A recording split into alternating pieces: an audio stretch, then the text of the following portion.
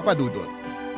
Isang pagbati po sa inyo at sa mga nakikinig sa inyo ngayong araw. Ako po si Syra, 30 years old, taga Davao at mula rin po sa may kayang pamilya. Pero pinili ko pong mamuhay ng mag-isa para matupad ang mga pangarap ko sa buhay. Ayaw ko po kasi na masabihan ako na nagkatrabaho lang o nagkaposisyon dahil sa mga magulang ko. Mataas po kasi ang posisyon nila sa isang malaking kumpanya na hindi ko na lamang po babanggitin kung anong pangalan. Relationship manager po ako sa isang bangko at masasabi ko pong nakakabuhay na rin naman ng pamilya ang sweldo ko. Nang umalis po ako sa amin ay nagrent na lamang ako ng bahay sa isang subdivision. Hindi naman po yung kalakihan at hindi rin po kamahala ng upa. Simple lamang po talaga yung bahay, may isang kwarto, may maliit na sala at may 2 CR. 2 po kaming nagbabayad ng 2 years ko na ka-live-in na si Rocco. Tuwing walang pasok ay nagluluto kami ng street foods at kung ano-ano pang mga putahin at tinitinda namin sa labas. Marami naman po kaming nagiging customers kaya nakakaipon din kami roon ng pandagdag sa pambayad namin ng mga bills. Pangarap naming 2 na makapagbukas ng sarili naming restaurant. Kung tutuusin ay pwede naman po kaming mangutang na lamang ng puhunan sa mga magulang namin o kaya ay mag-loan, pero mas gusto po kasi namin na galing talaga sa savings yung gagamitin naming panimula. May kababata po ako, Papa Dudut. Lottie ang pangalan niya at mas matanda siya ng 2 taon sa akin. Nagkakilala kami noon dahil mag-best friend ang tita namin. Same school kami noong high school kasi sa public po ako noon nag-aaral. Pero noong college ay nagkahiwalay na kami at yung huling balita ko po sa kanya ay nag-stop na siya sa pag-aaral. Last year lang po nang mag-chat siya sa akin para magpaalam kung pwedeng makituloy muna siya habang naghahanap ng trabaho dito sa Davao City. Pumayag naman po ako dahil hindi naman daw po siya magtatagal. Pero sa katagalan ay medyo nagkaproblema na rin kami ni Lottie. Yung dapat ay 1 buwan niya lamang sa amin ay umabot na po ng mahigit 2 buwan. Kaya nagpresenta na siyang tumulong sa pagtitinda namin para araw-araw na kaming kumikita roon.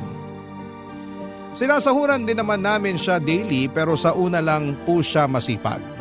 Kalaunan ay napapadalas na ang hindi niya pagtitinda at unti-unti na ring lumalabas ang katamaran niya, Papa Dudut.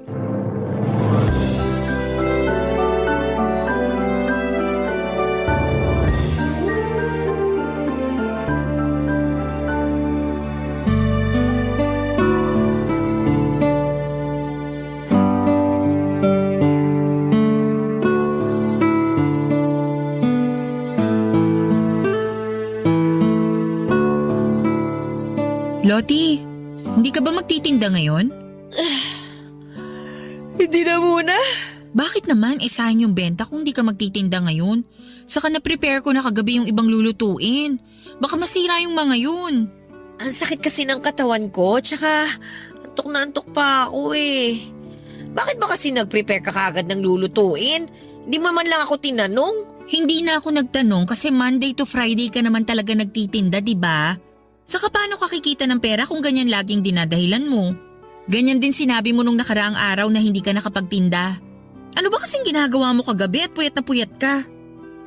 Ano kasi, may kachat akong afam. Dahil doon kaya ka napuyat?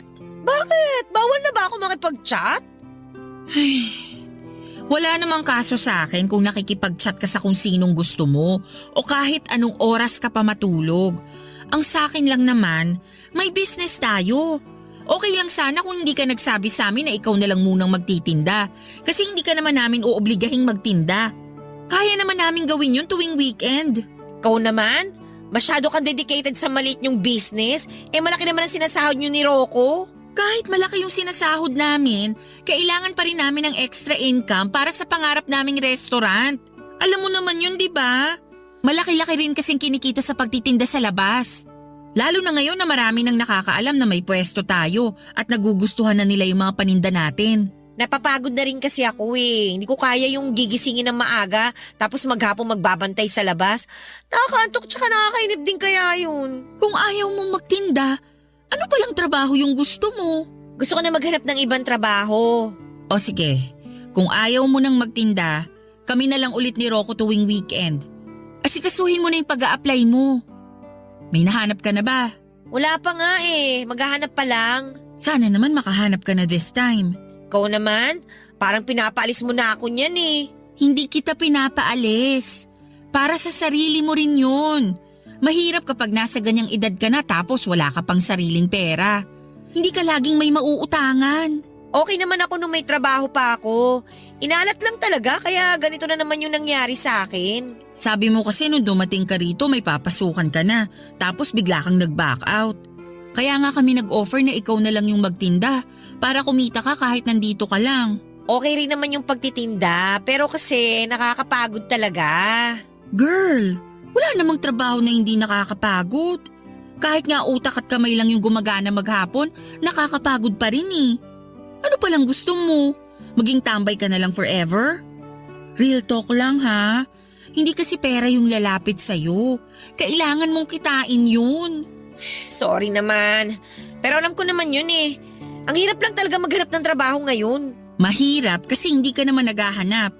Ang ganda na nga ng trabaho mo last time, di ba? Pero sabi mo, nagsawa ka. Hindi pwede yung gano'n na kapag nagsawa ka na sa trabaho mo, aalis ka na. Bukod sa masisira ka sa employer mo, nakakahiya rin kasi pinaasa mo lang sila na tatagal ka pero hindi naman pala. Kung makapagsalita ka naman dyan, parang boss na rin kita. Sa true lang tayo, Loti. Kung sa iba pa yan, baka mas malala pa yung marinig mo. Papa Dudut, hindi nagpatalo si Loti sa usapan namin, Papa Dudut, ng araw na yon. Marami pa siyang isinagot para depensahan ang katamaran niya. Hindi ko po yun nagustuhan at napansin na rin ni Rocco ang pagiging tamad niya at yung pagiging attitude niya sa akin. Kaya sinabihan na niya akong paalisin na roon si Loti. Ang kaso'y naaawa rin naman ako dahil wala pa siyang matutuluyan. Ilang araw mula nang huminto sa pagtitinda si Loti ay nag-chat sa akin ang tita niya na best friend ng tita ko. Kinukumusta siya dahil nalaman daw nitong sa akin siya nakikitira. Doon ko po nalaman na tita pala niya ang naging amo niya sa huli niyang trabaho. Nag-try daw siyang mamasukang kasambahay. Ang problema, isang linggo pa lang siya roon ay nagpaalam na siyang aalis dahil hindi raw kaya yung pagod sa dami ng gawain. Sinabihan ako ng tita niya na huwag siyang konsentihin para matutong tumayo sa sarili niyang mga paa. Sinabi ko naman na bala ko na rin talagang paalisin si Loti. Pinagbigyan ko lang ng mga 1 buwan para makahanap ng trabaho. Pero gaya ng una, hindi yun nangyari. Bukod sa tambay siya ay naging problema ko na rin ang pakikialam niya sa mga personal kong gamit, Papa Dudut.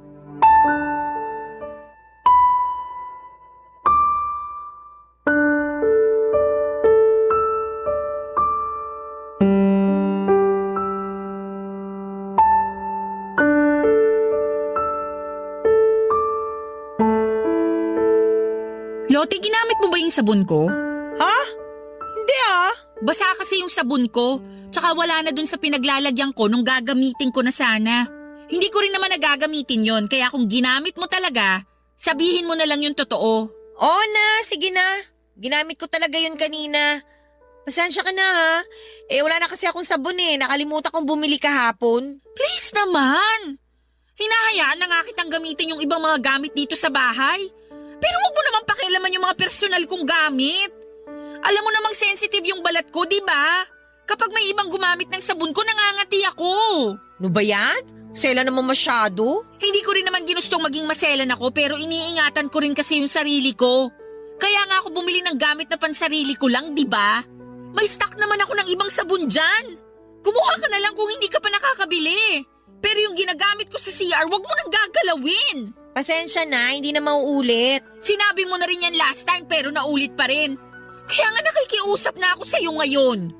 Hindi naman kasi dapat nagsishare ng sabon eh. Pati towel ko ginagamit mo na rin. May sarili ka namang towel.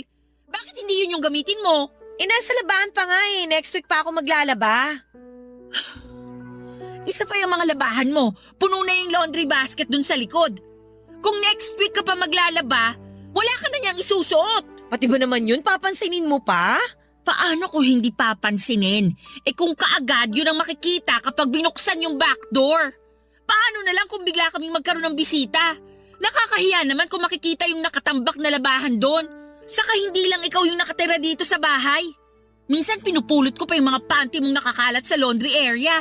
Bakit kasi hindi mo na lang hayaan doon? Sana sinabi nyo na lang sa akin para ako na yung gumawa. Nakakahiya naman kasi sa inyo. Nakakahiya talaga. Ilang beses ka na kasi naming sinabihan tungkol sa pag-aayos mo ng gamit mo, pero wala namang nangyari. So paano? Kami pa mag-a-adjust? Ginagawa na nga namin lahat para maintindihan ka, pero lumalabas na parang pabaya ka talaga sa mga gamit mo. Ang sabihin mo, pareho lang kay maarte ni Rocco. Alam mo, Loti, kung ayaw mo sa ugali namin ni Rocco at sa kalinisang gusto namin dito, humanap ka na lang ng malilipatan mo. At least, kapag may sarili ka ng tinutuluyan, wala nang makikialam sa'yo. Wala pa nga akong pera, di ba? Hintayin mo lang na magkatrabaho ako. Aalis na rin ako dito. Tsaka babayaran ko rin yung pagtira ko dito. Kahit pa konti-konti, para wala kayong masabi. Hindi mo naman kailangang bayaran yun. Kahit nga sana hindi ka pa lumipat, okay lang eh. Basta makisama ka lang ng maayos. Sinusubukan ko naman eh. Pero lahat na lang ng gawin ko, may nasasabi kayo. Para sa ikabubuti mo rin naman yun. Kasi paano kung sa ibang bahay ka napunta, tapos gawin mo rin yung mga ginagawa mo rito? Baka mas malala pa yung marinig mo sa kanila. Hindi na kasi tayo mga bata na kailangan palaging sabihan. Pinamukha mo pang immature ako. O edi sige, ikaw na yung perfect. Ikaw na yung malinis sa katawan, masipag, mapera, lahat ng... Tigilan mo na yan, please lang. Ayoko makipag-away. At hanggat maaari, ayoko rin sanang magbitaw ng masasakit na salita. Pero kung mag-a-attitude ka pa ng ganyan, kahit pinagsasabihan ka lang naman, hindi naman pwedeng magpasensya na lang ako palagi. Sinasabi ko to sa'yo para alam mo kung ano yung iniisip namin. Kesa sa ibang tao pa kami maglabas ng sama ng loob, tapos magmumukha ka pang masama sa kanila. Nagigets mo ba? Sige na, ayusin ko na lang yung mga labahan ko. Huwag ka mag-alala. Hindi na rin ako makikialam sa mga gamit mo. Maghanap na rin ako ulit ng trabaho para makaalis na ako dito. Papadudot, hindi ko na po noon na itago ang iritasyon ko kay Loti kaya sinang-ayunan ko na lamang ang sinabi niyang maghahanap na siya ng trabaho para makaalis na sa inuupahan namin. Sinabi ko na mas mabuti pa nga ganon ang gawin niya para hindi na kami magkaproblema pa. Isa pa baka sa katagalan ay magkaproblema na rin kami ng fiancé ko dahil napapansin ko na rin noon na pinipilit niyang makipaglapit kay Rocco. Alam ko naman na faithful sa akin ang fiancé ko pero wala po akong tiwala kay Loti. Nakita ko na siya kung paano makipaglandian sa ibang lalaki. Kahit na hindi niya pa lubusang kilala ay hindi siya nagdadalawang isip na makipag-usap. Nagulat nga po ako noon nang ipinakita niya sa akin ang malalaswan nilang usapan ng ka-talking stage niya. At hindi lang yon, sa iisang lalaki kundi tatlo sila na pinagsabay-sabay niyang i-entertain. Kapag nawala ng gana sa isa, lilipat na naman sa iba. Kaya hindi siya nawawala ng kausap. May mga pagkakataon pa na nangihingi rin siya ng pera. At doon na po ako nabahala dahil may kalakihan din ang hinihingi niya. Baka kasi kapag nagkagipitan at singilin siya ng mga lalaking hinuhututan niya, ay maipit pa kami ni Rocco dahil sa amin siya nakatira. Papadudot, noong idinahilan niya na wala siyang pera ay napinitan na lamang kami noon na pahiramin siya para makapagrenta kahit bed spacer lang. Hindi na rin naman ako nang hinayang kahit na alam kong hindi na niya ako mababayaran dahil nakahinga na ako ng maluwag nung hindi na namin siya nakakasama. Nagkaroon na kami ni Rocco ng privacy. Pero makalipas lang ang 2 buwan ay bumalik na naman si Loti at nagpupumilit na patuloyin namin siya sa bahay, Papa Dudut. Barangay Love Stories. Barangay Love Stories. Papa Dudut, ayaw na talaga naming tanggapin si Lottie noong bumalik siya sa amin pero nagmakaawa siya at sinabing 1 buwan lang naman siyang makikitira. Pero hindi ko magawang magtiwala dahil nasabi na rin naman niya iyon nung una.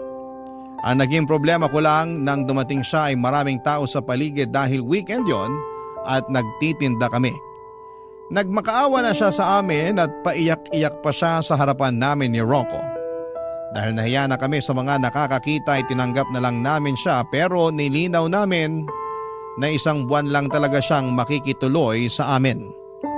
Mula nang bumalik siya ay naging magulo na naman sa bahay. Wala kasi akong nakitang pagbabago kahit konti man lang mula noong umalis siya. Hindi ko na lang idedetalye kung gaano po siya kadugyot sa bahay at sa mga gamit niya. Pero hindi ko po talaga kaya na makasama sa isang bahay ang ganon katamad at kaburara sa gamit. Hindi naman ako nagkulang sa pagpapaalala sa kanya pero parang manhid na po siya sa mga sinasabi ko. Mas inuuna pa niya ang pakikipag-chat at video call sa mga lalaki niya kesa mag-asikaso ng sarili niya at ng mga gamit niya. Hanggang sa muli na naman po siyang nawalan ng trabaho. At sa pagkakataong yon ay naka1 buwan na rin siya sa amin, Papa Dudut.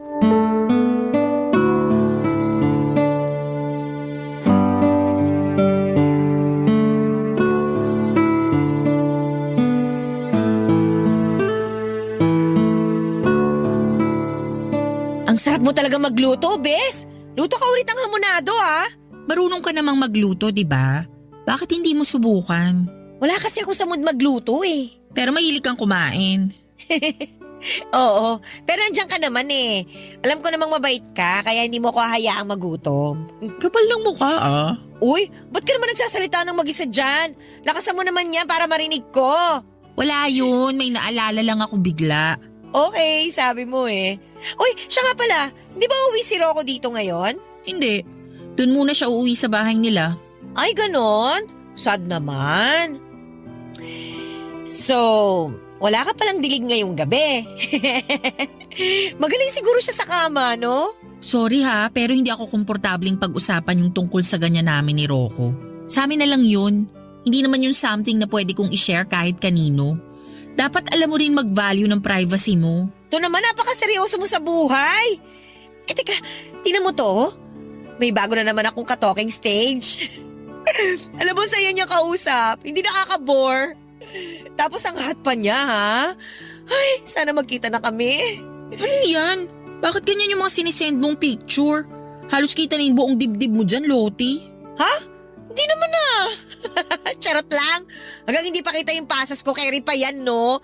Tsaka at least nakakit sa akin yung mga nakakausap ko. Anong ibig mong sabihin?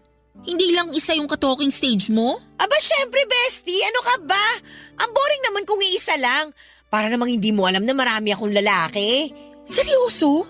Paano mo kinakayang makipag-usap sa kanilang lahat? Ano yun? Lahat sila pinapaasa mo na magiging boyfriend mo? Dami mo naman tanong. Given ang pinapaasa ko lang sila. Pero aware naman sila, no? Alam naman nilang naglalaro lang kami. Lottie, hindi magandang tignan sa isang babae na maraming kalandiang lalaki ah. Girl, boring ang buhay na walang kalandian. The more the merrier. Tingnan mo ako. Laging masaya kasi araw-araw yung Pasko sa akin. Ay, hindi kita maintindihan. Hindi kasi yan gawain ng matinong babae. Wow, napaka-pure mo naman, girl. Linis yarn. Hindi ako nagmamalinis, Lottie. Hindi lang naman iisa yung naging boyfriend ko, pero never kong ginawa na magsabay ng 2 lalaki o higit pa sa isang relasyon. Eh di ikaw na yung malinis. Hayaan mo na lang ako. Wala namang mawawala sa'yo kung hindi mo ako pakikialaman, di ba? Alam kong buhay mo naman yan, pero bilang kaibigan mo, pinapaalalahanan lang kita. Kasi may malasakit pa rin naman ako sa'yo kahit ganyan ka. Salamat na lang sa malasakit mo. Pero masaya talaga ako na marami akong nilalanding lalaki. Tsaka single naman silang lahat eh. Paano ka nakakasiguro? Porket sinabi nilang single sila, maniniwala ka na? Sa bilis mong maniwala, baka mamaya may nasira ka na palang relasyon. Lalo na kung ganyan yung ginagawa mo. Nagsisend ka ng picture ng cleavage mo. Hanggat walang nag-PPM sa akin para sabing boyfriend nila yung nilalandi ko, kakalma lang ako, bestie. Ang saya-saya ng ginagawa ko, no? Lalo na kapag nakikipag-SOC ako sa kanila. Best experience! Ano naman yung SOC na yan? Sex on chat! My gosh, ginagawa mo yun? Loti naman. Hindi safe yung ganun. Ano ka ba? Oy, may rules kami ng mga nakaka-SOC ko, kaya safe kami, no? Alam mo, hindi ko na kinakaya yung mga nalalaman ko. Bahala ka na nga dyan. Papadudot, lumaki po ako na galing sa conservative na pamilya. Kaya hindi ko talaga kayang sabayan ang mga ginagawa ni Lottie. Hindi ko nagustuhan na masyado siyang welcoming pagdating sa mga lalaki. Hindi dahil sa naiinggit ako sa ginagawa niya, kundi nag-worry pa rin ako bilang isang kaibigan niya. Parang hindi rin naman kasi kaya ng konsensya ko kung may mangyayaring masama sa kanya at hinayaan ko lang yon. Papadudot. Nang minsan akong mag-invite na mga kaibigan ko sa bahay, nagpatulong ako kay Lottie sa pagluluto. Mga kaklase ko noong college ang mga bisita ko.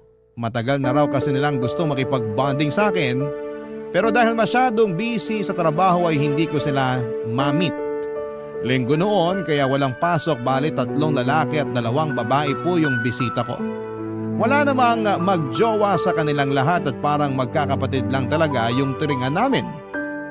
Nagulat po ako nang bigla na lang magtanong si Lottie kung anong Facebook account ng mga kaibigan kong lalaki. Nagkatinginan na lamang sila noon at bakas din sa mga mukha nila na ayaw nila yung ibigay. Pero dahil nahiya silang tumanggi ay napilitan na lamang silang ibigay kay Lottie ang mga pangalan nila. Hindi pa man sila nakakaalis sa bahay ay nakapag-send na kaagad ito ng friend request sa kanilang 3. Sabi ng mga kaibigan ko ay hindi naman daw nila ini-entertain si Lottie kaya hindi na ito nag-message pa ulit sa kanila. Pero matapos yon, papadudot ay sinabi sa akin ni Lottie na snub daw pala ang mga friends ko. Lihim na lang akong natawa noon. Hindi naman kasi uubra sa lahat ng lalaki ang paglalandi niya. At isa sa mga lalaking yon ang boyfriend ko na sinubukan na rin niyang landiin, papadudot.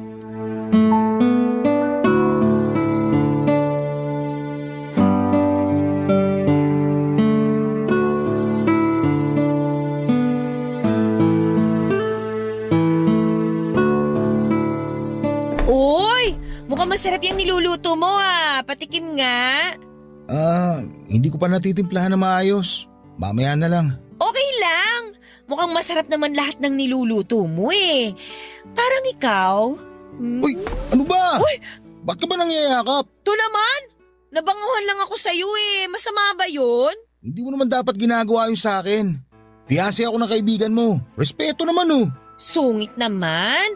Simpleng yakap lang eh. Kahit na. Saka desisyon ko naman kung sino lang ipapayagan ko yumakap sa akin. Kaya pwede ba? Huwag mo nang uulitin yun. Anong nangyayari dito? Naririnig ko sa CR yung boses ninyong dalawa. Nagtatalo ba kayo? Pinagsabihan ko lang tong kaibigan mo. Bigla-bigla na lang kasi nangyayakap habang nagluluto ako rito. Ano? Ginawa mo yon, Lottie? Alam nyo ang OA nyo. Simpleng yakap lang naman yun eh. Pero kung makapag-react kayo, parang nakagawa na ako ng krimen. Simpleng yakap lang? Una sa lahat, bakit mo siya yayakapin? Hindi mo siya boyfriend. Hindi nga kayo close para gawin mo yan eh. Alam mo, ayoko sanang sabihin to eh. Pero sa ginagawa mo, pinapatunayan mo lang na malandi ka talaga. Bakit ka ba ganyan sa akin? Naiinggit ka ba? Bakit naman ako maiingit sa pagiging malandi mo? Oo, tama na yan. Huwag na kayo mag-away. Hindi naman ako yung nagsimula eh. Pagsabihan mo yung girlfriend mo, masyado malisyosa. Malisyosa? Fiancé ko nga mismo ang nagsabi na niyakap mo siya. Hindi siya magrereklamo kung hindi siya nailang sa ginawa mo. Ang sabihin mo, gumagawa ka lang ng dahilan para magalit sa akin. Ramdam ko naman eh, inis na inis ka na. Alam mo naman siguro kung bakit, di ba? Gusto mo ba isa-isahin ko pa? Han, tama na. Paalisin na lang natin to si Lottie. Ano? Paalisin niyo ako ng dahil lang doon? Ang bababaw niyo naman! Hindi ka babawan yon. Kasi punong-puno na kami sa'yo. Saka wag kang kumilos na parang ikaw ang nagbabayad ng renta dito. Ang tagal mo nang nakikitira sa amin. Second chance mo na to. Ayaw na nga ni Rocco na nandito ka eh. Pero nakiusap ako sa kanya kasi wala ka namang ibang mahihinga ng tulong. Tapos ano? Ganito pang gagawin mo sa akin? Lalandiin mo na rin pati fiancé ko? Mahiya ka naman. Wala akong dapat ikahiya. Sa ganito na ako eh. Palibasa walang lalaki na naaakit sa'yo kasi para kang lola dyan sa pagiging conservative mo. May pera ka nga, boring naman yung buhay na meron ka. Eh ikaw, sa tingin mo, saan ka pupulutin pag pinalayas kita? Hindi mo ako mapapaalis. At bakit hindi? Loti, pakiusap lang, umalis ka na. Pero Rocco, wala naman akong ginagawang masama ah. Please, kesa lumala pa tong pagtatalo natin, umalis ka na lang. Ngayon talaga? Gabing-gabi na. Sige, kung hindi mo kaya ngayong gabi, kahit bukas na lang. Pero pakiusap, tigilan mo na si Syra. Huwag mo nang baliktarin pa yung sitwasyon na parang kami pa yung may kasalanan dito. Pareho lang kayo eh. Ang yayabang nyo porke may mga pera kayo. Hindi naman namin pinagmamalaki na may pera kami. Ikaw lang yung nag-iisip ng kung ano-ano dyan, tapos gagamitin mo sa amin para magmukha kaming masama. Ginawa na nga namin lahat ng pag-a-adjust para sa'yo. Kahit na ikaw dapat ang gumawa nun kasi ikaw yung nakikitira. Wow!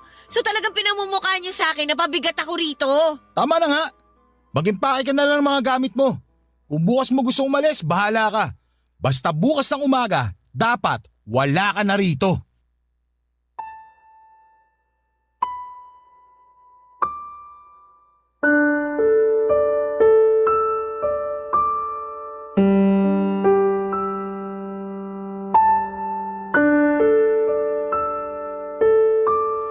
Papadudot mula ng palayasin namin si Lote ay hindi na siya tumigil sa pagpaparinig niya sa social media. Nagsishare siya ng mga patama para sa akin. Galit din siya kay Rocco pero mas galit siya sa akin. Kaya niya ginawa yon. Friends kami sa Facebook kaya nakikita ko lahat ng mga post niya. Hanggang sa sinadya niya na i-hide yung iba niyang post na minimension mismo ang pangalan ko. May mga mutual friend naman ako na nagmamalasakit at sinesend sa akin ng screenshot ng mga post niya. Hindi ko yon pinansin noong una hanggang sa itag niya na ako sa isang long post na patungkol na talaga sa akin.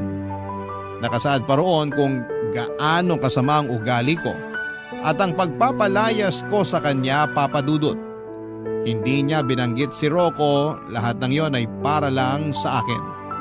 Dahil doon ay marami ang nag-message sa akin at nagtanong kung totoo ang mga sinabi ni Loti sa post niya. At para naman i-address ang issue ay gumawa pa ako ng isang post para sagutin lahat ng mga tinatanong ng mga nakakakilala sa akin. Sinabi ko po ang totoong nangyari at pwedeng hindi ko na po idinitalye.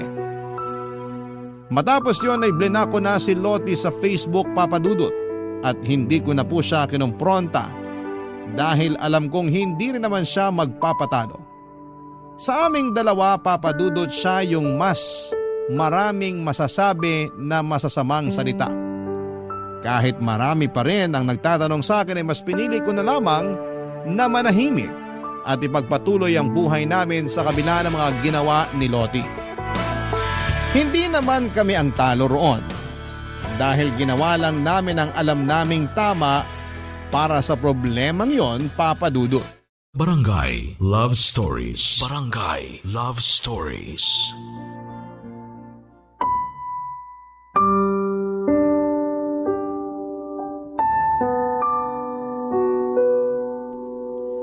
Papadudot, kahit na hindi ko pinatulan si Loti sa mga issue na ginagawa niya ay nalaman ko na hindi pa rin pala siya tumitigil sa paninira sa akin.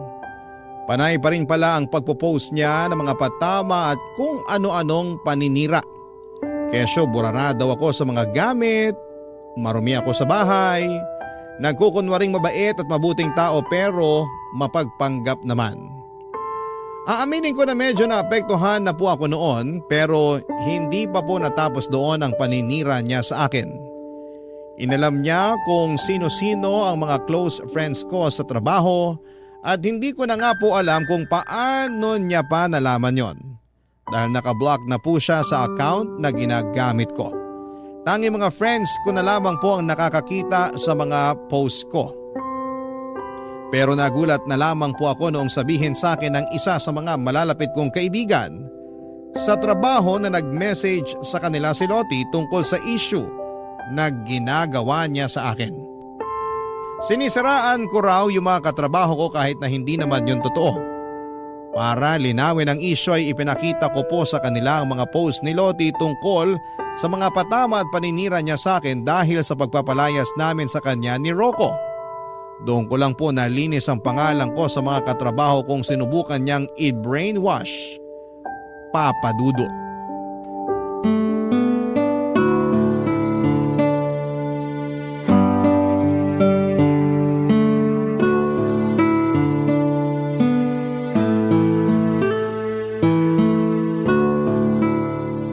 Ang sarap naman ng beefsteak mo, Han. Gumagaling ka na talaga sa pagluluto, ha?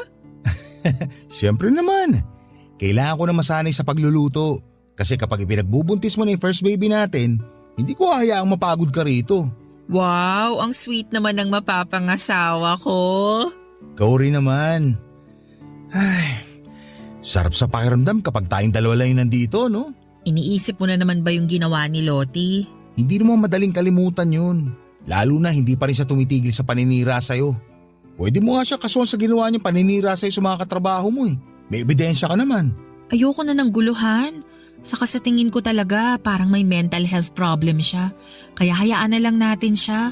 Baka mas lalo pa siyang lumala kapag pinatulan natin ang pinatulan. Hindi mo dapat hinahayaang abusuhin yung pagiging mabait mo. Mamimihasa yun. Baka nga hanggang ngayon, hindi pa rin tumitigil si Lottie hanggat hindi kanya nakikitang umiiyak na parang isang talunan. Baka sa susunod, mas malala pa yung gawin niya sa'yo. Hindi naman siguro. Sino yun? Halos gibain na yung gate ah. Halika, tingnan natin. Syra! Syra, lumabas ka dyan! Ay, sabi ko na eh. Hindi pa talaga tapos si Lottie sa panggugulo sa'yo. Lumabas ka, Syra! Kailangan ng babaeng to. Ano na naman ba to, Lottie? Bakit ka nag-iiskandalo rito?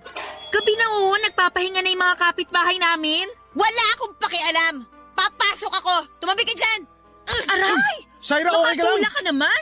Ayaw mo kasing tumabi eh! Sabi ng papasok ako! Hindi ka na pwedeng pumasok dito. Trespassing ka. Sa tingin mo may pakialam ako? Nandito ako kasi inis na ako sa'yo! Ano ba kasalanan sa'yo ni Syra? Kung tutusin nga, siya ay mas may karapatang mainis o magalit sa'yo dahil sa mga paninirang ginawa mo sa kanya. Pasalamat ka, hindi kanya pinatulan. Huwag ka nga nakikisawsaw dito! Feeling gwapo ka naman dyan! Kasali ako rito. Pumasok ka sa bakur ng bahay na inupahan namin. Kaya bakit hindi ako makikisawsaw? Umalis ka na nga! Han, hayaan mo na nga muna kaming mag-usap. Kapag sinaktan niya ako, tumawag ka ng tanod. Tanod? Ha! Ako lang to, pero tatawag na kayo ng tanod? Ang hihinaan nyo naman? Bakit ka ba kasi nandito? Hindi pa ba obvious? Nandito ako para guluhin ka. Hindi mo ako pinapansin sa Facebook eh. Nasasayang lang yung oras ko sa kapo-post. Pero hindi ka man lang tinatablan. Manhid ka na ba o sadyang makapal talaga yung mukha mo kaya dinededma mo lang ako?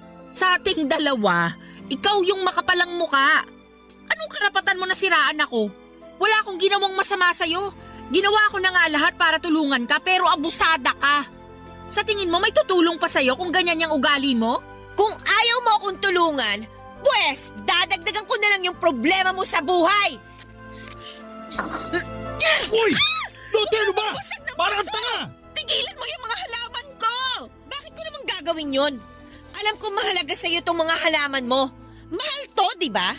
Lalo na itong mga paso na to. Kaya mas maganda kung sisirain nating lahat. Lottie, pwede ba? Tumigil ka na! Ayoko! Kung hindi ka titigil! Ano, ha? Ano? Anong gagawin mo sa akin? Ha? Kaya mo ako? Oh! Kayang-kaya ko tong gawin sa'yo! Oh, loko! Siguro naman ngayon, nahimasmasang ka na! Papa Dudut, kahit nasampal ko noon si Lottie ay hindi pa rin siya tumigil sa panggugulo niya. Gumanti siya sa akin, sinampal niya rin ako at sinabunutan pa. Nagsabunutan kaming dalawa, Papa Dudut, at sa galit ko ay hindi ko talaga binitawan ang buhok niya at pilit na isinubsob ang mukha niya sa mga halamang kong kumalat na dahil sa pagwawala niya. Sa pagpasok pa lang kasi ng gate ay bubungad na kaagad ang mga inaalagaan kong halaman. Kaya yon ang pinagdiskitehan niya. Nang mapaghiwalay kami ni Rocco ay saka ko lang napansin ang mahahabang kalmot niya sa braso ko. Dumating ang mga tanod na tinawagan ni Rocco noong gabing yon. Dinala si Lottie sa barangay kasama kami ng fiancé ko. Papadudot nagkaroon kami noon ng kasunduan sa barangay na hinding-hindi na pupunta sa inuupahan namin si Lottie. At kapag bumalik pa siya roon para guluhin kami ay kakasuhan namin siya ni Rocco. Isinama rin namin sa kasunduan na titigilan na rin niya ang pagpaparinig at paninira sa akin sa social media. Babayaran niya rin ang mga nasirang paso at halaman na binili ko pa noong kalilipat pa lamang namin. May kamahalan pa naman po ang mga yon kaya hindi talaga ako pumayag na hindi siya magbabayad. Para na rin po bigyan siya ng leksyon sa ginawa niya. Mula nang mag-usap kami sa barangay ni isang sorry ay wala kaming natanggap mula sa kanya. Hindi na rin naman kami umasa dahil alam naming mataas ang pride ni Lottie at feeling. Ang nakakatuwa lang doon ay hindi na talaga siya nagparamdam matapos yung nangyari at hindi na siya nagparinig sa Facebook at mukhang nag-deactivate na rin siya. Papadudot.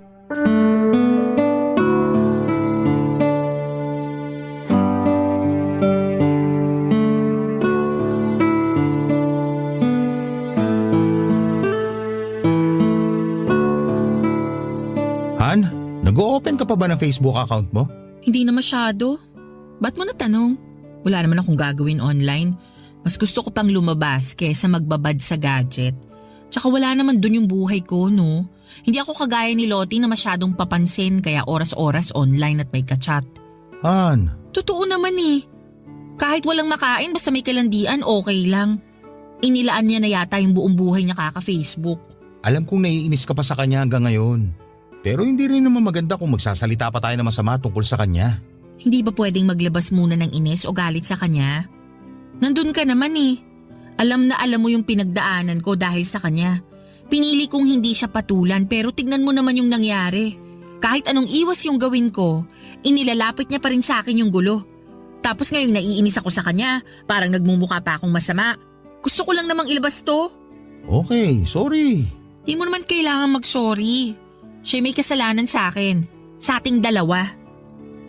Ay, naiinis pa rin kasi ako. Siguro hanggat hindi gumagaling tong kalmot niya sa braso ko, hindi ako makaka-move on. Kung pwede nga lang pabayaran pati yung mga nalagas kong buhok, gagawin ko para mahirapan siya sa paghahanap ng ibabayad niya. Nakabuti rin naman sa kanya yung ginawa mo. Naobligan na talaga siya maghanap ng trabaho para mabayaran kanya sa panahong ibinigay mo. Sana nga talaga magpakatino na siya para may tagalan din siyang trabaho. Hindi ba siya natatakot na sa ganung edad niya, wala pa rin siyang ipon? Paano kung magkasakit siya o may masamang mangyari sa kanya? Wala siyang mahuhugot kasi mas inuuna niya yung mga walang kwentang bagay. Kaya sana matuto na siya. Hindi lahat ng tao kaya magpasensya sa ugali niya, no? Ay, kahit naman ako, hindi ko talaga siya gusto. Kung hindi nga lang dahil sa'yo, hindi talaga ako papayag na makasama natin siya sa isang bahay. Unang kita ko pa lang sa kanya, alam ko nang pasasakitin niya yung ulo mo. Hindi na ba siya nagpaparinig sa'yo sa Facebook? Hindi na. Kung ganun, baka natauhan na rin siya sa mga ginawa niya. Ay, hayaan na natin siya. Kung nagawa mo magpatuloy sa buhay nang hindi nagpapaapekto sa kanya noon, alam kong magagawa mo ulit yun. Tama ka. Magagawa ko ulit yun. Pero dapat, hindi na natin siya pag-usapan. Okay, yun lang pala eh. Kahit forever pa natin gawin yun. Nga palahan, parang gusto ko na ulit mag-travel. Kahit dito lang sa Pinas. Pwede naman. Pero ang tanong, may free time ka ba? Mas masaya sana kung at least 1 week yung pahinga natin. Marami na tayong pwedeng puntahan nun. Pwede naman ako mag-leave. Sure ka na gusto mo talaga? Actually, gustong gusto. Para makahinga naman tayo sa mga nangyari. Kung ganon, magandang idea yan. Saan mo ba gusto? Sa Batanes. Sige, sa Batanes tayo. Pero sagot ko na muna yon, okay? 50-50. Han, Nagbibiro lang ako. Oo na, ikaw na yung gagastos. Pero sa susunod, 50-50 na talaga ha. hindi naman kita sisingilin eh. Ikaw talaga. Kahit mag-break tayo, Walang breakup na mangyayari. Kasal meron. hindi na rin kasi tayo pwedeng maghiwalay. Kasi engaged na tayo. Kasi, feeling ko, magkaka-baby na tayo. Papa Dudut, sobrang saya ni Rocco nang sabihin ko yon sa kanya. Matagal na kasi niya na gustong magka-baby kami kaya pinupush na rin niya yung kasal naming dalawa. Kaya ako naman po nasabi yon ay dahil hindi naman po talaga nade-delay ang period ko. At para nga makasigurado ay nag-PT ako at nagpa-check up na rin para makasigurado. Pagkatapos noon ay nakumpirma namin na buntis na nga ako sa first baby namin ni Rocco. Bago yung kasal namin, isa sa mga in-invite ko yung tita ni Lottie. Habang magkausap kami sa phone call, ay nabanggit niya na nabuntis daw si Lottie nang huli nitong naka-meet up. Ang kaso ay hindi raw pinanagutan dahil ayaw maniwala noong lalaki na siya ang ama ng bata. Kaya naman walang choice si Lottie kundi ang lumapit sa tita niya.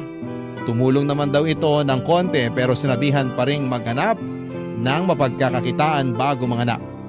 At hindi ko na nga po akalain, Papa Dudut, na lalapit ulit siya sa akin para manghiram ng pera. Pero dahil nga sa gulong ginawa niya at sa pananakit niya sa akin ay hindi na ako nagpadala sa awa. May iba pa naman siyang kamag-anak at kung tutuusin ay kaya pa siyang tulungan ng mga yon kung magpapakatinulang sana siya. Matapos ko siyang tanggihan ay wala na ulit akong naging balita pa sa kanya. Kahit hanggang sa maikasal kami ni Rocco. Sa ngayon, Papa Dudut, ay may sarili na akong pamilya. Sa awa ng Diyos, kahit minsan ay hindi naman kami nagkaroon ng problema sa pinansyal. Kaya masasabi ko po talaga na sobrang blessed ang pamilya namin. At palagi po naming ipinagpapasalamat yon. Hanggang dito na lamang po ang kwento ko at maraming salamat po sa inyo, Papa Dudut. Ganoon din po sa Barangay LS na patuloy na nagbibigay aliw at inspirasyon sa mga kagaya namin na mahilig makinig ng mga kwento ninyo. Pagpalain po sana kayong lahat. Ang inyong forever kapuso at kabarangay, Syra. Dear Papa Dudut, good day sa inyo at sa mga kabarangay natin na katulad kong panatiko ng Barangay Love Stories. Na-discover ko ang programa ninyo dahil sa kaibigan kong si Ricky. Mahilig kasi yung makinig sa mga love story kaya sinuggest niyang pakinggan ko ang programa ni Papa Dudut. Nga pala, tawagin niyo na lamang ako sa pangalang Willie, 31 years old at tubong Marikina.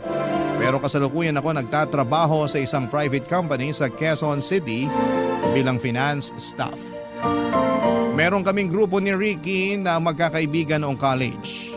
Bale, 5 kaming magtotropang lalaki at 2 babae.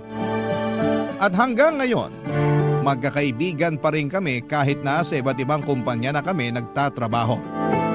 Sa paglipas nga ng panahon ay halos naka-attend na ako sa mga kasal at binyag ng mga anak ng mga kaibigan namin. At netong August 2024 lang ay kasal naman ni Ricky at ng long-time girlfriend niya ang aming pinuntahan. Pero sa aming 7, Papa Dudut, ako na lang ang natatanging walang girlfriend o asawa.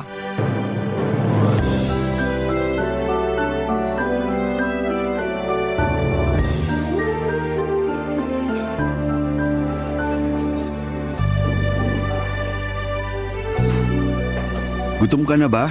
Hindi pa naman. Okay lang naman na umorder na tayo kasi papunta pa lang daw sila. Okay pa naman ako. Ikaw ba? Di pa ako gutom kaya hintayin na lang natin sila. Baka dumating na rin naman yung mga yun. Sige, pero pwede bang huwag nyo na ako asarin na ako na lang yung walang girlfriend o asawa sa atin? Wow! Sino nang aasar sa'yo? Nagtanong ka pa talaga. Eh ikaw nga yung pasimuno ng pang-aasar. Sorry na tol, huwag ka na magalit sa akin. Hindi naman ako galit, inis lang. Alam ko naman na wala pa akong girlfriend. Hindi nyo na yung kailangan ipamukha sa akin ng paulit-ulit. Oh, kalma. Paanong kakalma? Nakakarindi na. Concerned lang naman kami sa'yo. Siyempre, masarap pa rin yung may karelasyon. Ayos lang ako. Hindi ko kailangan nun. Sinabi mo na yan few years ago. Baka nakakalimutan mong 31 ka na.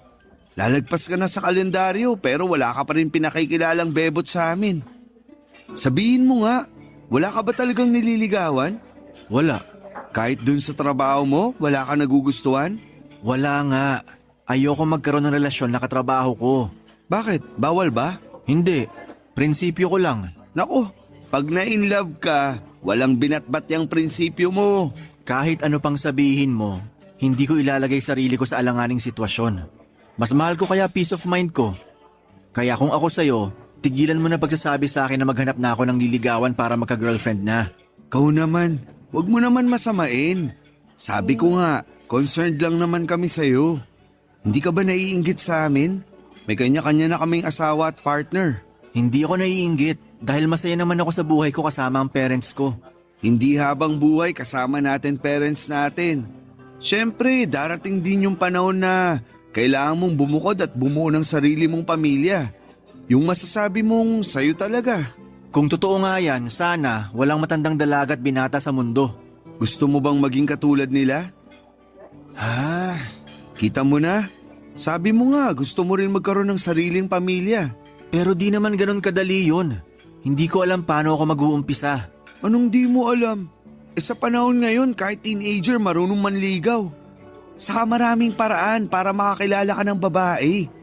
Sumama ka kaya sa amin pag lumalabas kami para mag-hangout sa gabi hanggang madaling araw.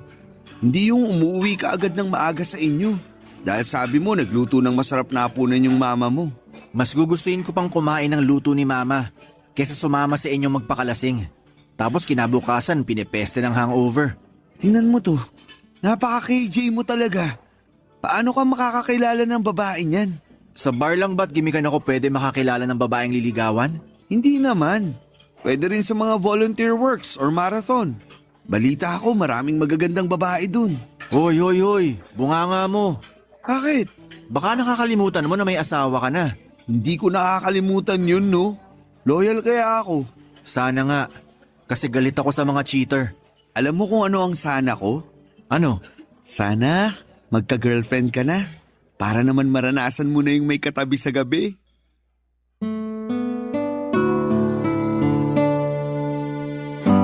Papadudot, maloko talaga si Ricky pero tinuturing ko na siyang parang kapatid. At aminin ko na may punto rin naman ang mga sinabi niya. Sa totoo lang ay may pagkatorpe akong lalaki. Ewan ko ba pero sa tuwing magdidesisyon na akong ligawan ng isang babae ay parang aso na nababahagang buntot ko. Marami akong the one that got away o yung tinatawag nilang totga. May tsansang sinayang at opportunity na nawala. May mga nagustuhan din naman akong babae lalo na sa pinagtatrabahuhan ko pero ibang-iba kasi talaga ang personality ko pagdating doon. Kumbaga ay introvert ako, ang gusto ko lang ay pumasok sa trabaho, magtrabaho, umuwi at sumweldo. Hindi niyo ako masisisi. Kaliwat ka ng iskandalo ang nasaksihan kong nangyari sa opisina namin sa loob ng 9 na taon kong pagtatrabaho doon. Nandyan yung walang katapusang affair at kung ano-ano pa. Kaya naman nangako ako sa sarili ko na hindi ako mai-involve sa ganong klase ng sitwasyon. Pero syempre nangangarap pa rin naman ako na makakakilala ng babaeng mamahalin at pakakasalan. At doon nga dumating sa buhay ko si Mary nang minsan siyang mag-apply sa pinagtatrabahuhan ko, Papa Dudut.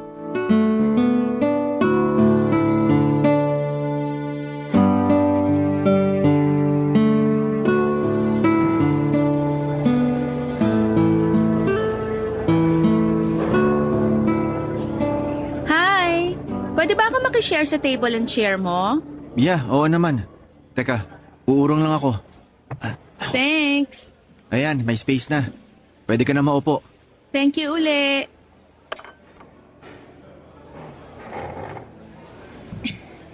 Ayan, sa wakas nakaupo na rin ako. Ay, grabe. Kanina pa kasi ako naghahanap ng bakanting mesa at upuan dito pero lahat occupied na. Ganito talaga rito pag lunch break. Kaya nga minsan may second and third batch yung kumakain eh. Hindi naman kasi pwede mag-lunch sa mesa mo sa office. Dahil working table raw yon. Ganon? Ang baduy naman. Kung gusto pala nila ng ganong policy, sana nilaki-lakihan nila tong kantin nyo. Hindi naman ganito sa dati kong pinagtatrabahuhan. Pwede kang kumain sa mesa mo basta lilinisin mo lang bago ka magsimula ng trabaho uli. Talaga? Ang cool naman. Sinabi mo pa. Kung pwede lang yun dito, hindi na ako makikipagsiksikan dito sa kantin. Nakakatamad din kayang tumayo sa upuan mo para pumunta rito at kumain pag lunch break. Ako noon, pagkatapos kong kumain sa table ko sa office, diretso tulog. O kaya, manonood ako ng anime. Paborito ko kasi yon. Ah, kaya pala. Ay, by the way, kanina pa tayo nagkukwentuhan pero alam mo na ba pangalan ko? Kung hindi ako nagkakamali, ikaw si Mary, di ba? Oo, trainee pa lang ako dito at unang araw ko ngayon. Ay teka, paano mo nga pala nalaman pangalan ko? Pinakilala ka sa amin ng papalitan mo. Nakalimutan mo na? Hala, oo nga. Magka-department din pala tayo. Willie pangalan mo, di ba? Naalala ko nagpakilala ka nga pala kanina. Oo, ako nga yun. Sabi na parang pamilyar yung mukha mo eh. Ikaw lang kasi yung tahimik sa mga kasamahan natin. Lahat sila maiingay at maraming chismis. Kahit mga lalaki. Nako, sinabi mo pa. Mas chismoso pa ang mga lalaki kaysa sa mga babae rito. Pero buti na lang hindi ka kasali sa kanila. Major turn off ko talaga yung mga chismoso. Para sa akin, aksaya lang sa oras sa pakikipagchismisan. Nandito ako para magtrabaho at hindi magsayang ng oras sa mga walang kakwenta-kwentang bagay. Naks naman! Ganyan din yung mindset ko nun sa dati kong pinagtatrabahuhan.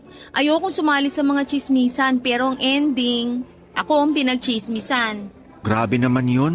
Sinabi mo pa. Naku, kung alam mo lang kung anong klaseng paninira yung mga sinabi nila sa akin. Halos lahat walang katotohanan. Hindi mo ba sila sinumbong sa HR? Bawal yun ah. Oo, bawal. Kaya sinumbong ko sila. Kaso, may kinikilingan yung HR namin. Palibasa close niya yung mga nanira sa akin. Kaya nag-resign na lang ako kaysa mabaliw doon. Tapos nagpahinga ako ng 1 buwan bago ako naghanap ng panibagong mapapasukan. Swerte dito ako napunta kasi nakilala kita. Aha? Anong ha? Wala naman. Nagulat lang ako sa sinabi mo na maswerte ka kasi nakilala mo ako rito. Siyempre feeling ko magiging super duper mega close tayo. Pero di ako ganun kadaling kaibiganin. Wala nga akong kaklose rito kahit na 9 years na ako nagkatrabaho rito. Pues, nandito na ako para maging kaibigan mo. Don't worry, mabait naman ako. At hindi nangangagat. Papadudot, napakaganda ni Mary. Mukha siyang artista na napanood ko sa isang international film. Bukod doon ay masaya pa siyang kausap at talaga namang nakakaaliw.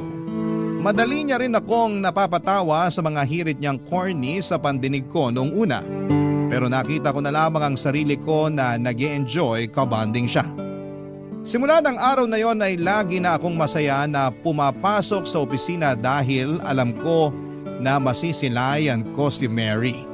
September 2024 nang magsimula ang probationary period ni Mary sa pinagtatrabahuhan namin. Magka-department kami dahil kapalit siya ng isa naming kasamahan na nag-resign ng mga panahong yon. At kahit na hindi ako ang nag-turn over sa kanya, ako lagi ang gusto niyang samahan tuwing lunch break. Nahalata na tuloy ng mga katrabaho namin, Papadudot, na nagkakamabutihan kami. Dahilan para walang humpay nila kaming asarin sa isa't isa. Pero ewan ko ba sa sarili ko dahil hindi ako naiilang o naiinis man lang. In short, ay gustong gusto ko ang pakiramdam na tinutukso nila ako kay Mary ng mga panahong yon, Papadudot. Barangay Love Stories. Barangay Love Stories. Papadudot, totoo pala ang kasabihan na baka kainin mo ang salita mo. Dahil yon ang eksaktong nangyari sa akin. May pasabi-sabi pa ako na ayokong ma-involve sa love story ng mga tao sa opisina namin. Negatibo kasi lahat yon sa akin at sakit lang sa ulo, ngunit nakalimutan ko na meron din namang mga successful love story. May nagkakatuluyan, nagkakaibigan at sa huli ay nagpapakasal pa nga.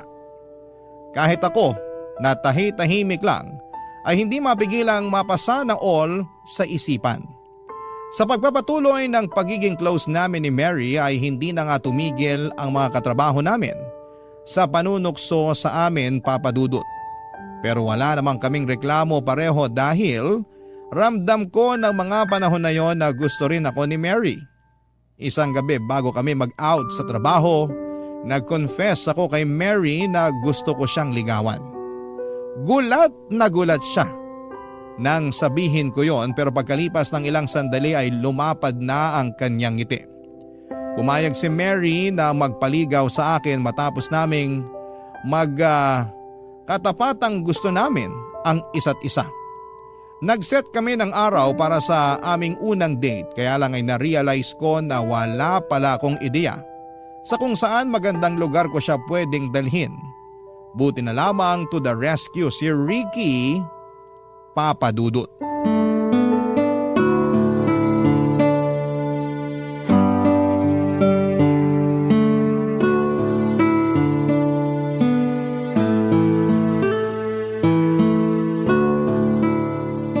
Buti naman naligaw ka rito sa bahay namin. Siyempre, miss ko na luto ni tita eh. Kahit kailan mukha ka talagang pagkain. Oo naman, food is life, ika nga. Pero thank you, kasi pumunta ka. Welcome. Sakto, di ako ganun ka-busy. Saka alam ko kailangan mo tulong ko. Makakailangan ka naman? Yan kaya sabi mo sa text mo sa akin, kailangan. Gusto mo basahin ko?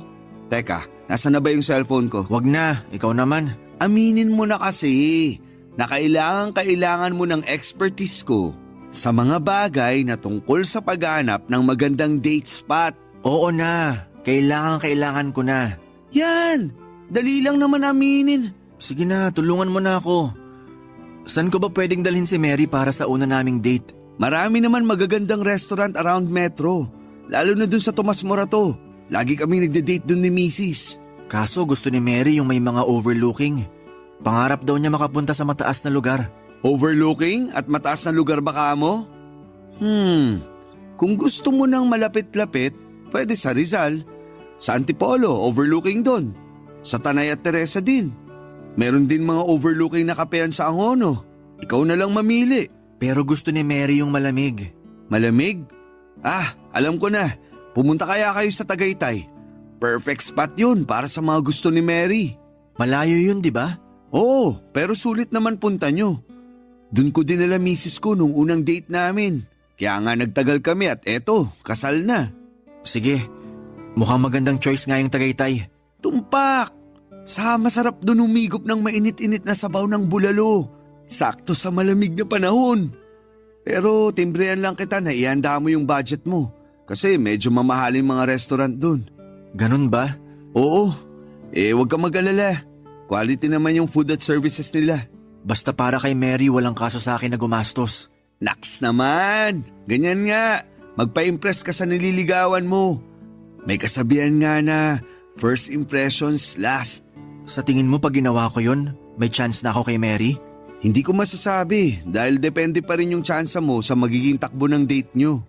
Hindi lang naman natatapos sa pagpili ng magandang lugar na pagdadalan mo sa kanya para sa date nyo yung pagpapasikat mo sa nililigawan mo eh. Pati na rin yung kung paano mo siya tataratuin sa simula pa lang ng date nyo. Halimbawa kung susunduin mo ba siya gamit ng motor mo o magkokotse kayo, tandaan mo, malayo-layo rin yung Tagaytay. Nung huling beses na pumunta kami doon ni Mrs. Nagmotor lang kami. Tapos panay reklamo niya sa akin na masakit na raw yung puwet niya.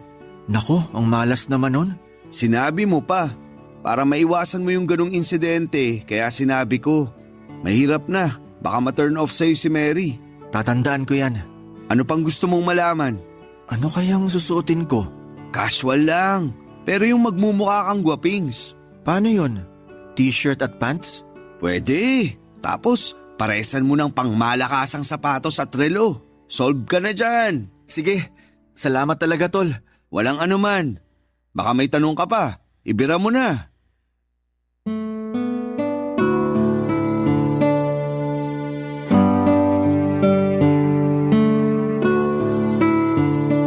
Papadudot dahil tiwala ako sa pagiging expert ni Ricky sa relasyon ay sinunod ko ang payo niyang dalhin sa Tagaytay si Mary para sa aming unang date. Medyo may kamahalan ng restaurant na pinili ko pero pinag-ipunan ko na lamang yon. Advance kong inalamang menu para ma-check ang presyo ng mga pagkain at nagpa-reserve na rin ako. May motor naman ako pero ayokong mapagod si Mary kaya naisipan ko na mag-rent ng kotse. Sumapit ang araw ng date namin, walang kaalam-alam si Mary kung saan ko siya dadalhin. Sinabi ko na lamang na magtiwala siya sa akin at yun nga ang eksaktong ginawa niya. Kaya nasorpresa talaga siya nang dumating kami sa restaurant sa Tagaytay kung saan kami nag-date, Papa Dudut. Sinabi niya sa akin na first time pa lamang niyang makapunta doon at makakain sa mamahaling restaurant. Kaya naman masaya ako dahil nadala ko siya doon, Papa Dudut. Hanggang sa pag-uwi namin ay hindi maalis ang ngiti sa nabi ni Mary. Kaya kahit lumagpas sa budget ang nagastos ko, ay wala naman akong pagsisisi. Pera lamang yon. Pwede ko pa namang kitain sa susunod. Totoo nga na nakadagdag pogi points kapag sa magandang lugar mo dinala ang isang babae para sa una ninyong date. Pagkatapos kasi noon ay mas naging close pa kami ni Mary. Yung closeness na parang tumama ako sa jackpot dahil mas naging clingy siya sa akin. Pero syempre, alam ko pa rin naman ang limitasyon ko dahil hindi pa rin naman kami opisyal na magkarelasyon. Isang araw, di nakapasok sa opisina si Mary kaya tinawagan niya ako at sinabing masama ang pakiramdam niya na kagagawa ng kanyang buwanang dalaw. Naaawa naman ako lalo at alam ko ang pakiramdam na yon dahil may mga kapatid din akong babae. Kaya nung sinabi ni Mary na pupuntahan ko siya sa bahay nila pagkatapos ng trabaho ay hindi na ako nagdalawang isip na umuo. Pero bago ako nakarating sa kanila ay dumaan muna ako sa butika para ibili siya ng gamot at ilang pagkain na paulit-ulit niyang binabanggit na gusto niyang kainin, Papa Dudut.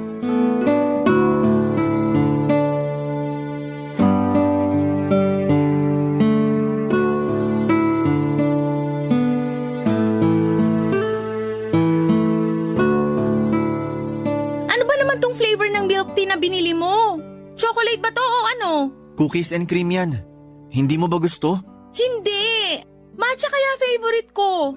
Akala ko cookies and cream. Nabanggit mo kasi kanina. Oo, pero di ko sinabing favorite ko yan. Yung sister ko ang may favorite niyan. Nasarapan lang ako nung pinatikim niya pero loyal pa rin ako sa matcha. Hindi ba halata? Green nga favorite color ko eh. Ganun ba? Pasensya ka na. May magagawa pa ba yung pasensya mo? Hindi ko naman ito maiinom. Oh, sa'yo na lang. Hindi rin naman ako umiinom niyan. Mahina tiyan ko sa ganyan. Anong gagawin ko rito? Tapon ko na lang. Mary naman, kung ayaw mo, ibigay mo na lang dun sa kapatid mo na paborito yan. Wala siya rito, nasa school pa. Ay, hirap naman kasi sa'yo, may plano ka palang bumili, di ka man lang nag-text sa akin para magtanong. Gusto kitang sorpresahin. Para kahit paano gumaan-gaan yung nararamdaman mo. Alam ko mahirap din pag nagkaka-period. Paano mo naman nalaman? Eh hindi ka naman babae. May mga kapatid akong babae. Ay, whatever. Palpak pa rin yung milk tea na binili mo. Imbis na gumaan pakiramdam ko, naging mabigat pa lalo dahil mali naman yung flavor na pinili mo. Sorry na. Ay, oh, ano pa ba yung iba mong dala? Mga gamot lang tsaka heating pad. Meron na ako niyang heating pad eh. Saka di ako umiinom ng gamot kahit mamatay pa ako sa sakit. Ayoko nun. Ay, oh ano naman yung nasa paper bag? Fries and burger. Yak, ayoko niyan. Ilayo mo nga sa akin yan, nasusuka ako sa amoy. Please lang. Akala ko ba gusto mo nito? Paano mo naman nasabi na gusto ko yan, ha? Sinabi mo kaya sa call kanina? Kanina yon, pero hindi na ngayon. Ayoko na niyan, ang baho, nakakasuka yung amoy. Ay, parang sa lagay wala na akong dinalang matino ah. Buti alam mo, sa kakasalanan mo rin naman yan dahil hindi ka marunong magtanong. Pwede mo naman akong i-text para alamin yung gusto ko at kailangan, pero di mo ginawa. Gahol na kasi sa oras. Tsaka nandun ako sa pagbilhan ko eh. Kahit na. Ay, puro ka dahilan eh. Oh, edi ngayon hindi sana masasayang yung mga pinamili mo. Hindi mo ba talaga tatanggapin tong mga binili ko? Kahit tong gamot lang at heating pad. Hindi ka ba nakikinig? Hindi nga ako naggagamot at meron na akong heating pad. Mabuti pa iuwi mo na lang yan sa mga kapatid mong babae. O di kaya bigay mo sa mga pulubi dyan sa daan. Baka mas kailangan nila. Mary naman eh. Bakit ganyan tono mo? Parang ang laki ng kasalanan ko sa'yo eh. Sinabi ko lang naman feelings ko. Wala naman akong sinabing may kasalanan ka. Ay, hayaan mo na nga. Papadudot yun ang unang beses na nakapunta ako sa nirerentahang apartment nila Mary. Kasama niya doon ang mga magulang niya at 3 nakababatang kapatid. Malit lamang ang tinutuluyan nila pero meron namang hiwalay na kwarto para sa kanya. Kaso'y tambak din ang damit at iba pang mga gamit ang kwarto ni Mary kaya medyo masikip. Claustrophobic pa naman ako kaya bahagya akong hindi nakahinga. Pero natiis ko naman. Kaya lang ay nakadagdag sa bigat ng nararamdaman ko ang pagtatalo namin ni Mary dahil sa maling flavor ng inumin na binili ko para sa kanya. Hindi rin niya nagustuhan yung iba ko pang mga pasalubong. Na-disappoint ako nang hindi niya kinatuwa yung mga gamot at heating pad na nabili ko na pwede niyang gamitin habang may period siya. Sa isip ko ay napaka-ungrateful niya pero buti na lamang dahil nagsorry din naman siya sa akin kinalaunan. Napansin yata niya na frustrated na ako at hindi makahinga ng maayos sa sikip na kwarto niya. Kaya nagkabati rin kami ng gabing yon. Matapos niyang humingi ng peace offering na bilhan ko rin ng makakain ng magulang at mga kapatid niya, Papa Dudu. Barangay Love Stories. Barangay Love Stories. Papa Dudut, hindi naman ako madamot na tao. Pero habang tumatagal ang panliligaw ko kay Mary ay mas nagiging demanding siya. Kapag nasa opisina kami ay lagi siyang nagpapabili sa akin ng cravings niya katulad na lamang ng mamahaling kape. Dati naman ay ayos na sa kanyang instant coffee kasi masarap naman daw at nakasanayan na niya. Pero nagbago na raw ang panlasa niya nung isang beses ay binilhan siya ng binurong kape galing sa isang mamahaling coffee shop. Simula noon kapag may isa sa mga kasamahan namin ang nagyayaya na magkape gusto rin niyang magpabili. At ako bilang manliligaw syempre gusto kong magpa-good shot sa nililigawan ko kaya binigay ko lahat ng hinihiling ni Mary. Bukod sa mamahaling kape na inaraw-araw na niya ay nagpabili rin siya sa akin ng damit, makeup kit, bagong cellphone dahil gusto na raw niyang mag-upgrade at iba pang mga gadgets. Hindi ako mayaman pero meron naman akong savings, Papa Dudut. Kaya lang ay nasaid na lang ang ipon ko ng dahil sa pagiging maluhon ni Mary. Aminado ako na hindi na ako masaya sa panliligaw sa kanya, Papa Dudut. At napansin yon ng kaibigan kong si Ricky.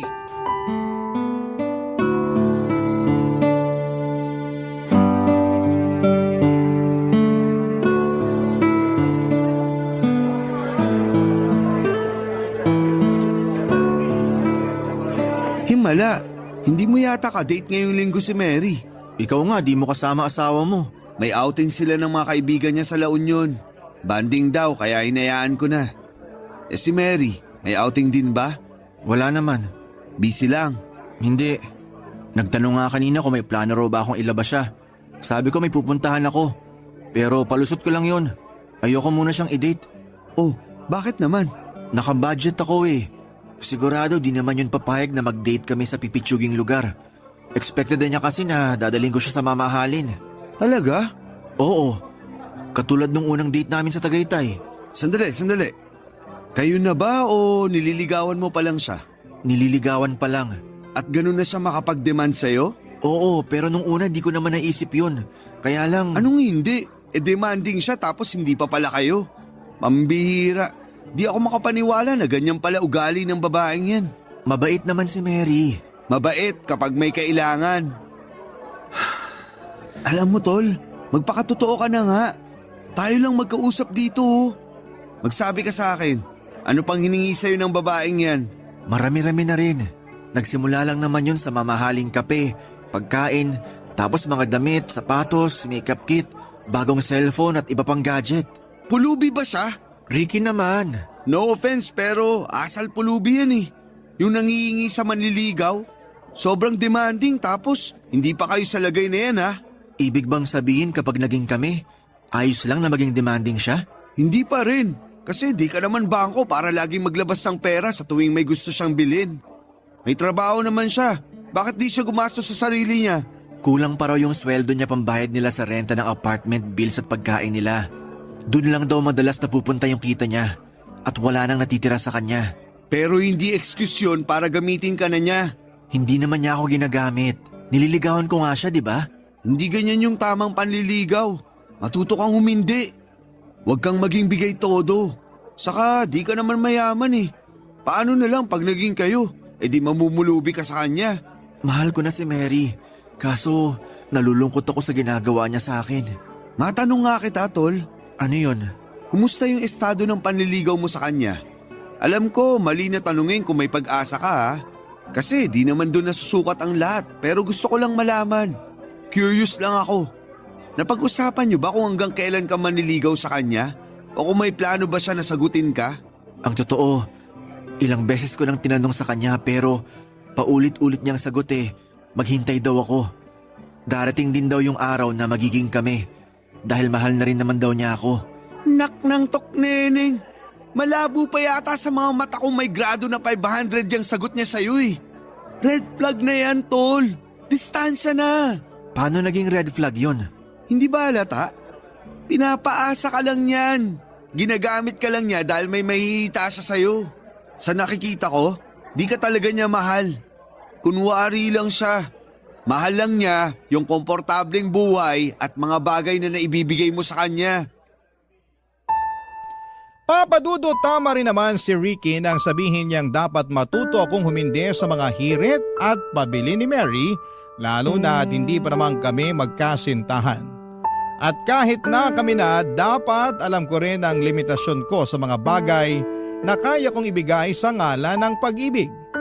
Pero ayoko naman talagang isipin na ginagamit lamang ako ni Mary para makabili ng mga luho niya, Papadudot. Hindi ganon yung pagkakakilala ko sa kanya, kaso'y pinapakita niya ay unti-unti akong naliliwanagan sa tunay niyang pag-uugali. Pero siguro'y wala namang pinanganak na perpekto, Papadudot. At dahil nga mahal ko noon si Mary, handa akong makipag-compromise. Dahil napansin ko na madalas ay wala siyang baon ay naisipan kong ipagdala na rin siya ng pananghalian. Tiwala naman ako na magugustuhan niya ang luto ng mama ko kaya pinagbaon ko siya. Nagdala na rin ako ng merienda para hindi siya gutumin pero makaraan lamang ang 3 araw. Nalaman ko na chinichismis niya pala sa mga kaopisina namin na hindi masarap ang luto ng mama ko. Na cheap akong manligaw at hindi raw ako ganong kaseryoso sa kanya. Masama ang loob ko sa kanya pero nang sumunod na araw ko na siya kinumpronta kung kailan magkasama kami sa bahay nila. Sabado kasi noon at pinapunta niya ako sa kanila, Papadudot.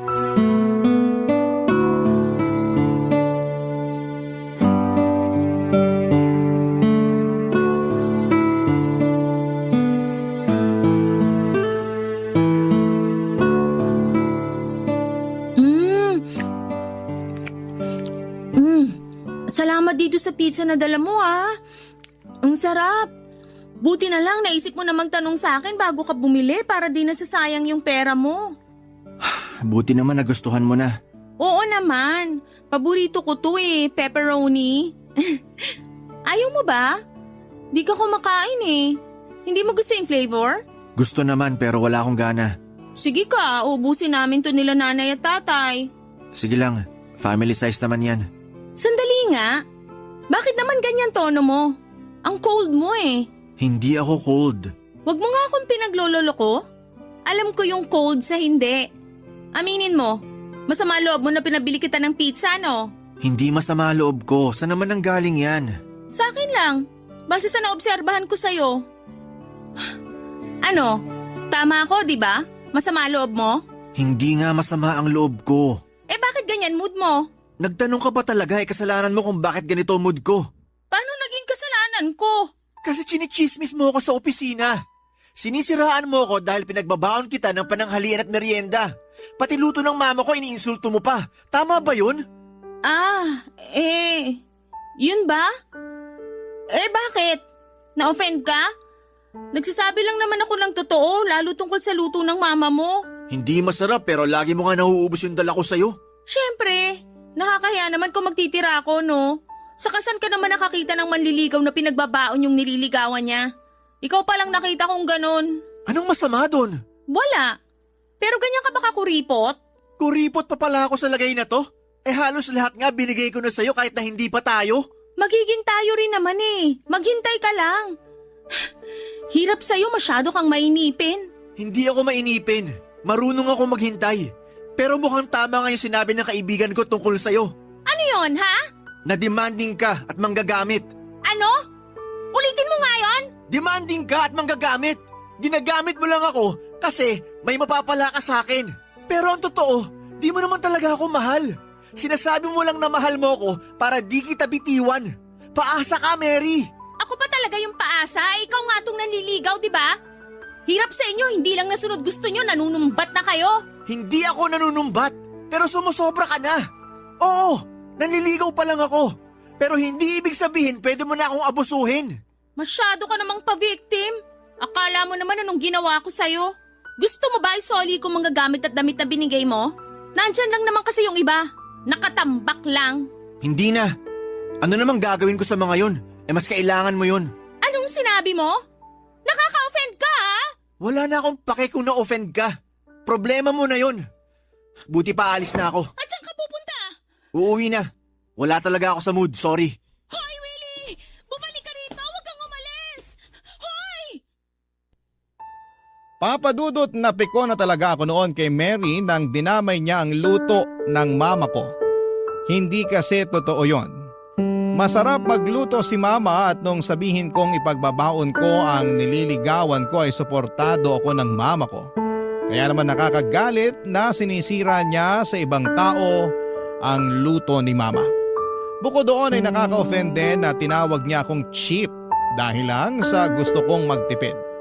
Sa totoo lang, ayoko naman talaga siyang pagsalitaan ng hindi maganda o iwanan ng araw na magkasama kami sa bahay nila. Pero bigla ko na lang naramdaman na hindi ko na kayang maging masaya na kasama siya at nasasakal na ako sa kanyang presensya. Kaya nga pakiramdam ko ay nakahinga ako ng maluwag pagkalabas ko ng bahay nila, Papa Dudut. Hindi pa ako umuwi sa bahay ng araw na yon, sa halip ay dumiretso ko kina Ricky. Inoff ko rin ang phone ko para hindi ako matawagan ni Mary. Nang nakauwi na ako sa bahay, napakarami niyang text at missed calls. Humingi siya ng sorry sa akin at nangako na babawas-bawasan na niya ang pagiging demanding.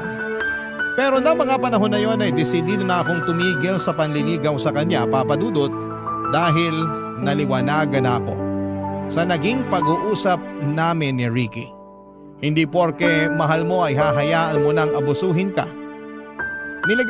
Nililigawan ko pa lamang yon, ha? Paano pa kaya, Papa Dudut, kapag naging kami na? Sa kasalukuyan ay hindi na kami magkatrabaho ni Mary matapos niyang mag-awol. Aminin kong iniisip ko pa rin kung kumusta na siya. Pero may bahagi sa akin na ayaw nang malaman ang kalagayan niya. Oo, minahal ko siya ngunit hanggang doon na lamang yon. Sana sa magiging karelasyon niya ay wag na niyang gawin dito yung bagay na ginawa niya sa akin. Hanggang dito na lamang po ang sulat ko, Papa Dudut, at sana'y mapili po ninyong i-ere sa programa ninyong Barangay Love Stories.